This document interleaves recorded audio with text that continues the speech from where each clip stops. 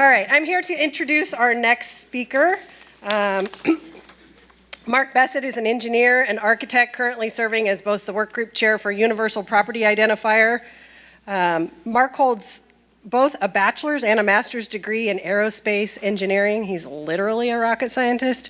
Mark is experienced at solving large, complex engineering software problems, primarily in integration from spacecraft to microcontrollers. I told you he was a rocket scientist. Mark's been engaged in real estate problem space since 2013, currently as Senior Enterprise Architect at California Regional MLS. Mark, where are you? Are you here? Yeah, there you are. Welcome, come on up. Oh, he's got some socks to throw at you too. I got some socks. And I got a couple friends here with me. Friends joining you. Yeah. Too. Perfect. Couple guys on the UPI group, and we're gonna work on this a little bit together. But these are quite stylish socks. So, boom. All right.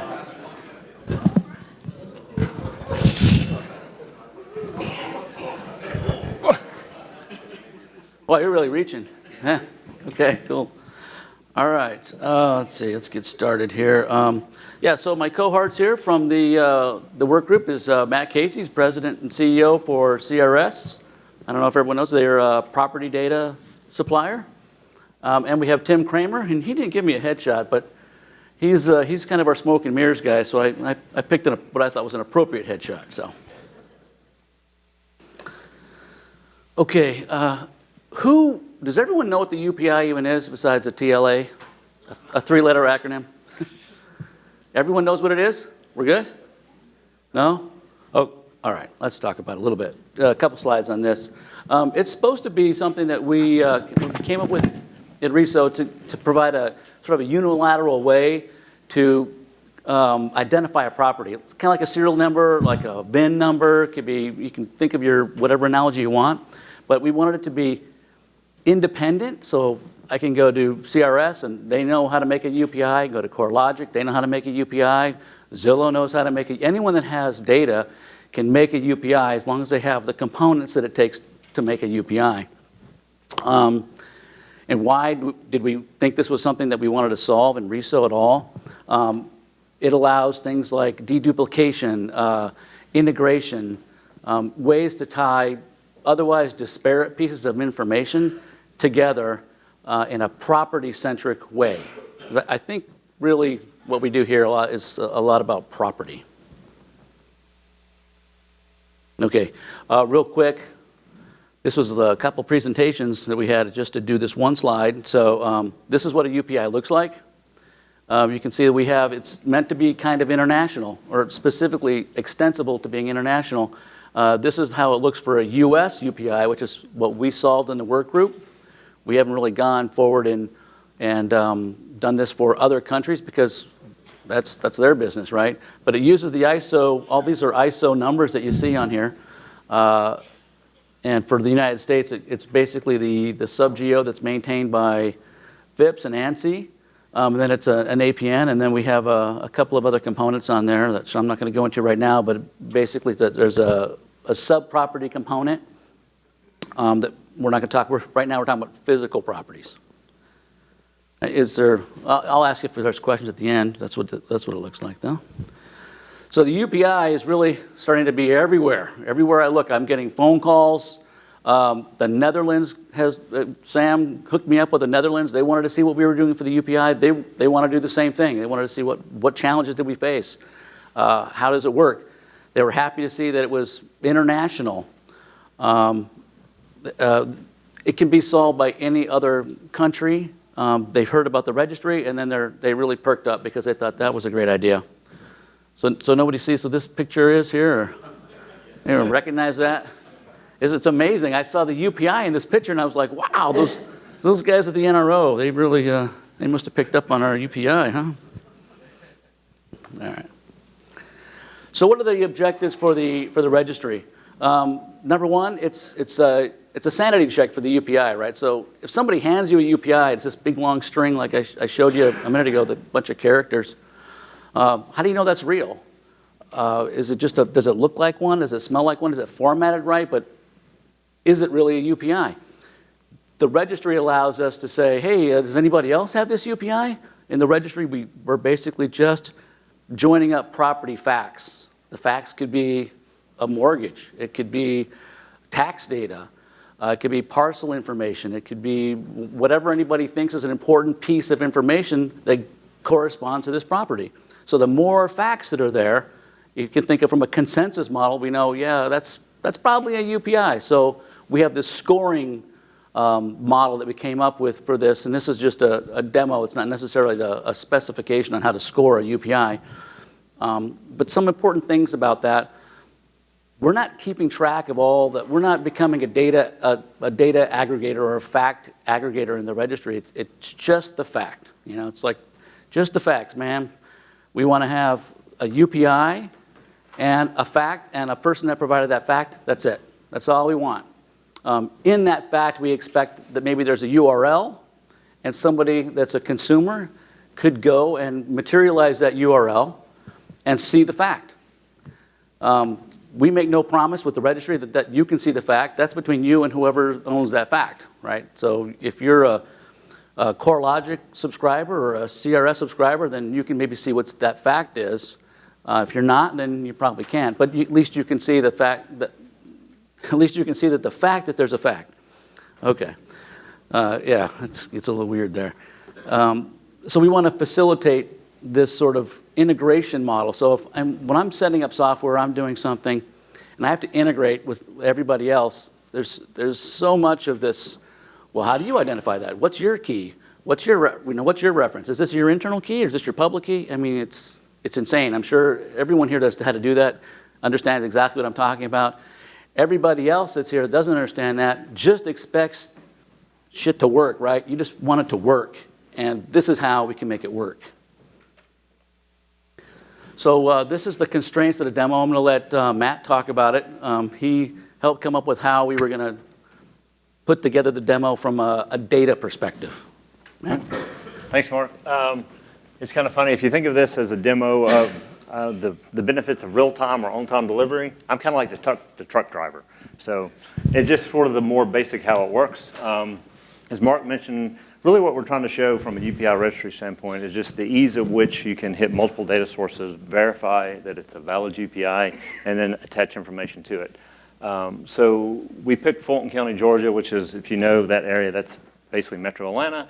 Rationale just being we wanted an area that both CRS and CoreLogic were directly sourcing data. Atlanta's an interesting market. There's two very large MLSs. We service one, CoreLogic service one, so it seemed like a natural fit. Didn't really matter where, but that just seemed like a good choice. And so like I said, so one tie-in I'll mention and then turn it over to Tim from a demo perspective. You know, since we are at a RESO conference, and RESO standards have been applied quite well to listing information, they haven't been applied well at all to public information. So the UPI, there's a lot of formatting at the parcel level that we corrected, but the UPI, as Mark mentioned, is standard, and other than that, there's not a whole lot of standards. So that's one thing we're thinking about down the road. Would there be benefit to having RESO extend standards into public records a bit more? I think there would be, but it'd be a pretty big challenge, but UPI is a good start. Okay, Tim, why don't you come on up and take us through the demo. Smoke and mirrors. No, this is not smoke and mirrors. Well, maybe a couple mirrors. All right. All right. So you're gonna. I think it's important to go ahead and. It's not showing up there.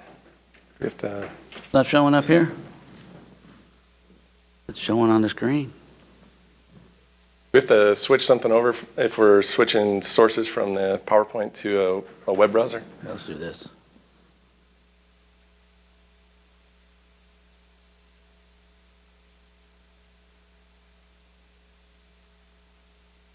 How's that? There you go. Nice job. He's a rocket scientist. Literally. Okay. So Tim, go ahead, get an address in there. So what we did for the demo here is we have it set up so that you can type in an address and get a UPI back. Okay? Cool, big deal. But I think that if you also go up, what this did is it looked at CoreLogic's data set. So we can go through there. You can see CoreLogic we used CoreLogic's data set to find a UPI. So they independently gave us this result. And this is real CoreLogic data for Fulton County. And this data that you see on here, these facts, there's a parcel fact, here's a deed fact, tax assessment. Apparently there was a UFO sighting there, a NORAD.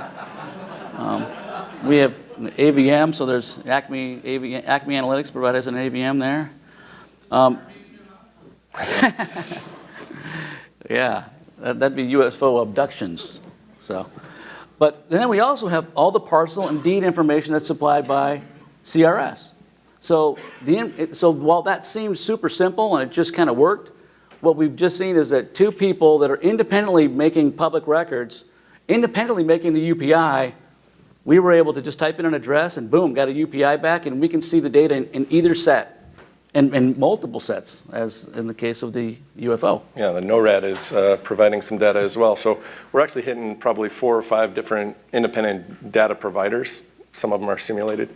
But it's also, these are all independent UPI facts.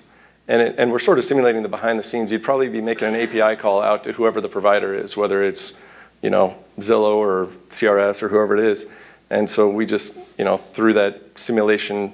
And this is like what Matt was just talking about. We came up with a sort of a fake standard for a public record. So this is sort of what we agreed on for the sake of the demo. We're going to say this is what a parcel looks like in the repo system. And so we're going to say that's an arbitrary standard, but it's something that definitely could and maybe should be talked about more in depth. We did the same with deeds, tax assessments, AVMs down the line. But so each of these is representing an individual UPI-driven fact from an independent UPI provider or vendor that is implementing UPIs. So in this case, both CoreLogic and CRS projected their data into that shape as to make that fact available to everybody, or as part of the demo. And Matt, what kind of effort do you think that was for you guys at CRS to do that? Yeah, it really wasn't that significant. It's just a matter of mapping the data to, the defined requirements of the API. And I think Ryan is the individual from CoreLogic did the same. So, being CoreLogic, I'm sure you needed more accountants and attorneys, but they got it done. Yeah, everybody got it done in a super short period of time. And I thought it turned out to be much simpler than we even thought it was going to be. So is this looking up using CRS or CoreLogic? That is using CRS. And so you might point out the UPI confidence rating at the top of each of these. Once again, that's sort of an arbitrary standard that we came up with for the sake of the demo. But the idea is that if a given UPI has a significant, presence of facts about it, you can have a pretty good confidence level that it's a legitimate UPI, that you can get data from other providers about it, and that you can be confident that that's a legitimate parcel or whatever it is that you're looking for. But like I said, for the sake of this demo, we basically went on a scale of 1 to 10. If there's more than, say, 6 or 7 facts about a given UPI, you can be relatively certain that it's a good UPI. So if you can envision one of the use cases for an MLS, for example, is this whole auto-pop scenario, right? And I think some people on the panel were talking about auto-population of data already. And let's say that you type in an address, and using the service of any provider you want, you get a UPI. You can pick any provider you want, you get a UPI. Once you've got this UPI, you can go to whatever green data person that you have, or green data contractor you have that's providing all your green data. Maybe someone else has 3D pictures, right, or 3D scans of floor plans. Maybe you can go get, if that's your relationship, you can go get it from them. All these facts are right there. And once you've got the UPI, all these facts can just instantly pour whatever data you want right into your listing. That's one integration problem. That sounds really simple as I explain it like that, but that's I think everybody would agree, that's a hugely, right now, it's a hugely impossible task in some cases. So that's another example. I think deduplication is one that we've been talking about forever. When a syndication goes out and someone who's aggregating this data, they might get lots and lots of listings or information. How do they correlate that? Everyone's got their own listing ID. Everyone's got their own address, which may or may not be formatted the same. So how do you really get that together? This unambiguously ties everything together. So, is there any questions on the demo part? No, it just worked. That's the bottom line. Things should just work. All right, I wonder if I can go back. Oh, there we go. Works. All right, let's continue on.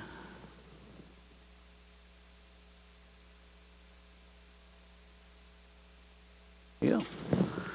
Okay, so yeah, just a quick recap. The registry resource, we think right now, and this is open, please come to the work group. This is what the kinds of things we discuss. We assume that this registry would be something that would be a RESO resource that would be available to members.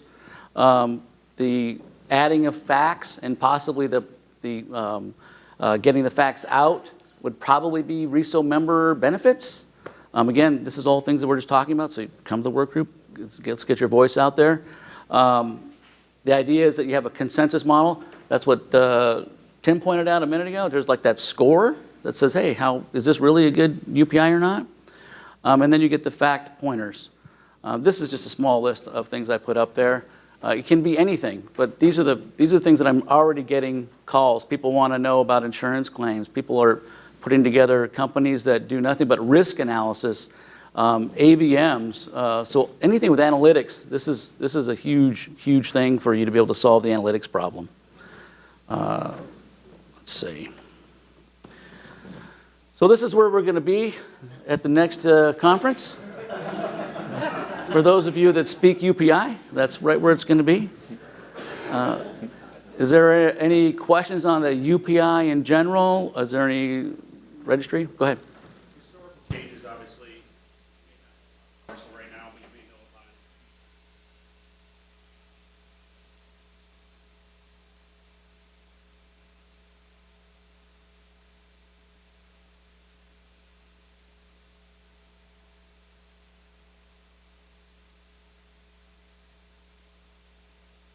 So the registry. Mark, could you repeat that for? Yeah, get him a mic. No, that's okay. Yeah, so what he was asking about is what happens when the components that make up this UPI change. Maybe the parcel changes, maybe the FIPS code changes. Those changes do happen, not very frequently. We also use the component that we use of the FIPS, the ANSI FIPS, is the code that I don't know how to say this, but so they identify which of these FIPS sub-county codes have governmental authority, essentially. And the ones that have governmental authority are the ones that fly in where that first N is. In this case, there wasn't one. But that's the one we use. And so if you go to Connecticut, for example, they have these governmental sub-counties, they're townships. Those don't change very often. But to more universally or unilaterally answer the question, the registry is just about facts. So if this UPI existed at some point in time, it existed at some point in time, and here's the facts that are associated with it. We would assume that if there was somebody keeping track of, and for example, I used to work at Arizona Regional MLS, and we kept track of the entire, what we call parcel lineage, and it kept, the entire, how this thing changed hands, and what parcels it used to be, for example, those kinds of things. And that's something that we would expect those vendors to maintain and create facts for everybody else to consume, so that when somebody wants that information, they would know exactly who has that parcel lineage information. So in the blockchain world, we'd call that off-chain. But anyway, is there does that adequately answer that, or? Yes, we have. You'd want to tie the UPIs together, yeah. In that case, you're kind of saying this UPI used to be this UPI, that kind of thing. That's something that maybe we could explore, having something in the registry that would do that. So bring that concern to the work group. That's a really good point. Is there anything else? We got 2 minutes. Nothing else? I should have saved one of the socks for the end. About the RESO marketplace.